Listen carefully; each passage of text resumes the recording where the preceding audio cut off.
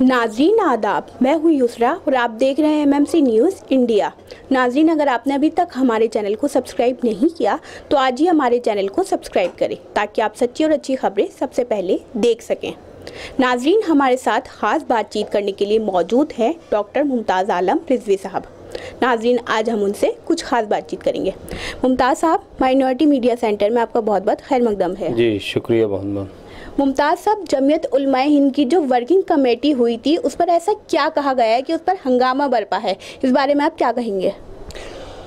देखिए, जमीयत उलमाए हिंद की working committee जैसा कि हमेशा होती है, जब भी मुल्क में कोई मसला होता है और नहीं भी होता तब भी उनका अपना एक सिस्टम है। उसमें वर्किंग कमेटी बुलाई जाती है जो मजलिस आमला जिसको कहते हैं, और उसमें मौजूदा हालात पर बात की जाती है। तो उसमें जो वर्किंग कमेटी हुई उसमें एक लिंचिंग को लेकर के, जो मॉब लिंचिंग फिर से शुरू हुई है इलेक्शन को लेकर के, और उसमें ये ख़दशा ज़ाहिर किया गया कि जिस तरीके के हालात पैदा हो रहे हैं, अगर हुकूमत इस पर नहीं बोलती है और हुकूमत खामोशी इख्तियार करती है तो ये मुल्क जो है वो खाना जंगी की तरफ बढ़ जाएगा। क्योंकि जब आप बार बार मारेंगे तो रिएक्शन भी होगा और फिर हर जगह अफरा तफरी का माहौल हो जाएगा। उज्जैन में जिस तरीके से हुआ, अच्छा सिर्फ मुस्लिम की बात नहीं है, उसमें आदिवासी एक नीमच में जिस तरीके से गाड़ी से घसीटा गया, चूड़ी वाले को मारा गया, या कबाड़ी वाले को जय श्री राम का नारा लगाने की बात कही गई, या एक वो तो उस मसले पर उसमें बात की गई। दूसरा जो बाद आबादकारी का काम चल रहा है, चाहे वो आसाम हो, महाराष्ट्र हो, वहाँ जो अभी सैलाब आया महाराष्ट्र में, कोंकण में, वहाँ पे जो है ये बात की जा रही है कि वहाँ पे कैसे लोगों को मकानात फिर दिए जाएं, कैसे वो किया जाए, तो उस मसले पर बात की गई। और जो इर्तिदाद का मसला पैदा हुआ है मुस्लिम लड़कियों का, मसलन मुस्लिम लड़कियों के बारे में ये रिपोर्टें आ रही हैं कि वो गैर मुस्लिमों से शादियां कर रही हैं और पूरा एक अफरा तफरी मची हुई है। तो देखिए, मसला ये है कि एक तरफ तो जो फ़िरका परस्त जमातें हैं वो ये कह रही है कि मुस्लिम लड़के जो हैं वो जिहाद कर रहे हैं, लव जिहाद कर रहे हैं, और हिंदू लड़कियों को फंसाते हैं और उनसे शादी करके छोड़ देते हैं, और इस तरीके की बातें तो वो कर रहे हैं। लेकिन मसला बिल्कुल उल्टा है, जैसा कि उसमें बात आई वर्किंग कमेटी में जमीयत का, कि इर्तिदाद का मसला यहाँ पैदा हो गया है। मतलब इर्तिदाद मतलब कि मुर्तद लड़कियाँ हो रही हैं, यानी तो मुस्लिम लड़कियाँ जो हैं वो गैर मुस्लिमों से शादी कर रही हैं, तो और इसकी तादाद बहुत ज़्यादा बढ़ रही है, और उसमें बहुत सारे मसाइल हैं। उसमें एक चीज़ ये भी कि जो मखलूत जो एजुकेशन है, वहाँ पे भी ये सवाल उठाया और ये कहा कि हिंदुस्तान का जो मिजाज है वो न सिर्फ़ ये कि इस्लामी नुक्ते नज़र से, बल्कि अगर आप हिंदू उसमें देखें तो वहाँ भी ये है कि उरियानियत बहुत नहीं होनी चाहिए, और एक अलग सेपरेट जो है वो कॉलेज बनना चाहिए।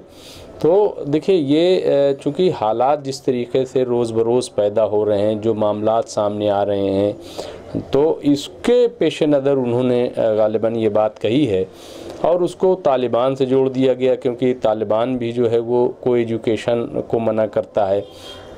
तो देखिए, हर चीज़ को हर जगह से नहीं जोड़ा जा सकता। जोड़ने के लिए तो फिर आप कुछ भी जोड़ दीजिए, आप टोपी भी जोड़ देते हैं कि चूँकि वहाँ टोपी तालिबान ऐसे लगाते हैं और वो दाढ़ी ऐसे रखते हैं तो हम भी दाढ़ी वैसे ही रखते हैं। तो जोड़ने के लिए तो आप कुछ भी किसी से भी जोड़ दीजिए, लेकिन कौन सी बात किस पस मंज़र में कही गई है, मेरे ख़्याल से उसको देखना चाहिए। और तालिबान का अपना अलग एजेंडा है, वो किस तरीके से करते हैं वो जाने, लेकिन जमीयत उलमाए हिंद का जहाँ तक ताल्लुक़ है, दारुल उलूम देवबंद का ताल्लुक़ है और तबलीगी जमात का है, इसको वहाँ से जोड़ देना बिल्कुल से। और इसी बुनियाद पर मौलाना अरशद मदनी ने अपना वीडियो जारी किया और उन्होंने बताया दारुल उलूम देवबंद की क्या तारीख़ है। 1886 में उसकी बुनियाद रखी गई और किस तरीके से फिर जंग आज़ादी के लिए उलमाए कराम ने जद्दोजहद की, और नज़रिया तो सबका अलग अलग है। तो लेकिन हिंदुस्तान में तो सबको इस बात की आज़ादी है कि अपने नज़रिए पर काम करें। लेकिन ये कि उसको वहाँ से जोड़ दिया जाए। फिर ये कि देवबंद से निकले हुए, अरे भाई निकले हुए तो बहुत सारे लोग हैं, हिंदुस्तान से तो पाकिस्तान भी निकला है, तो क्या करेंगे आप? भाई पाकिस्तान कहाँ से आए? हिंदुस्तान ही तो गया है। तो ये क्या बात हुई कि आप किसी से कहीं जोड़ दीजिए? यहाँ से निकल के साहब परवेज़ मुशर्रफ कहाँ के थे? यहीं के थे जो वहाँ के प्रेसिडेंट ऑफ इंडिया बने हैं पाकिस्तान के। तो इस तरीके की चीज़ें मैं समझता हूँ कि कहना ठीक नहीं है। जमीयत उलमा हिंद का जहाँ तक ताल्लुक़ है, हो सकता है कि जमीयत उलमा हिंद जो दूसरी हो, जमीयत उलमा पाकिस्तान, उसका अपना अलग कैरेक्टर रहा हो, ठीक है, लोग बदल जाते हैं। लेकिन हिंदुस्तान में जो जमीयत उलमा हिंद है, इसको मैं भी जानता हूँ, मैं भी कवर करता रहता हूँ कि हमेशा कौमी यकजहती का पैगाम दिया, भाईचारे की बात की, और इसमें तमाम हिंदू मुस्लिम सबको बुलाया। फिर अभी मौलाना अरशद मदनी हालात के पेश नज़र ही जा कर के उन्होंने मोहन भागवत से मुलाकात की, जो आरएसएस के चीफ हैं, और फिर ये कहा है कि अगर वो हमें बुलाते हैं, अपने जलसों में बुलाते हैं, तो हम ज़रूर जाएंगे, अपनी बात कहेंगे।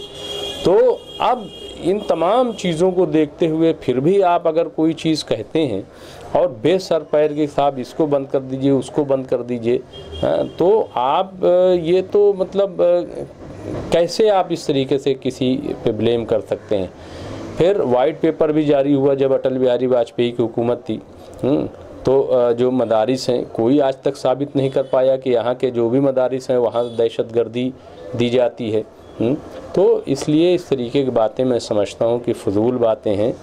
और कोई एजुकेशन, देखिए आज भी यहाँ पे अलग अलग कॉलेज हैं, ऐसा तो नहीं है कि अलग अलग कॉलेज नहीं है, अलग अलग इदारे नहीं हैं।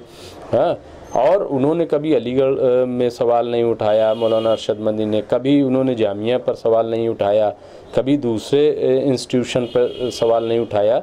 लेकिन एहतियाती कदम जिस तरीके के हालात पैदा हो रहे हैं उसके पेश नज़र अगर उन्होंने कही, अच्छा फिर उन्होंने यही नहीं कहा कि मुस्लिमों से अपील की, उन्होंने तो गैर मुस्लिमों से भी कहा कि आप भी इस तरीके से एक कोशिश करें कि ताकि माशरा जो है हमारा अच्छा रहे।